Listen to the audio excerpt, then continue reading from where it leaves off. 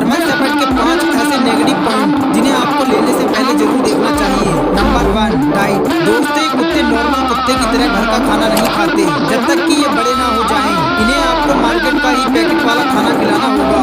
Number 2, wait. दोस्तों, इन कुत्तों की ग्रोथ काफी धीमी होती है क्योंकि ये घर का खाना काफी मुश्किल से खाते हैं। Number 3, fungal infection. दोस्तों, इन कुत्तों को सबसे ज्यादा इसकी फंगल इन्फेक्शन होने का खतरा रहता है क्योंकि इनके बाल सबसे लंबे और घने होते हैं। Number 4, purity. दोस्तों, लोग इन कुत्तों में काफी ज्यादा मिलावट करते हैं जिसके चलते सेलर आपको डुप्लीकेट पपी दे देते हैं। Number 5, care. दोस्तों, इन कुत्तों की सबसे ज्यादा केयर करनी पड़ती है जिसे हर कोई नहीं कर सकता, इसीलिए जर्मन शेफर्ड को अमीरों का कुत्ता माना जाता है। वैसे दोस्तों, क्या आपको जर्मन शेफर्ड डॉग पसंद है? कमेंट करके जरूर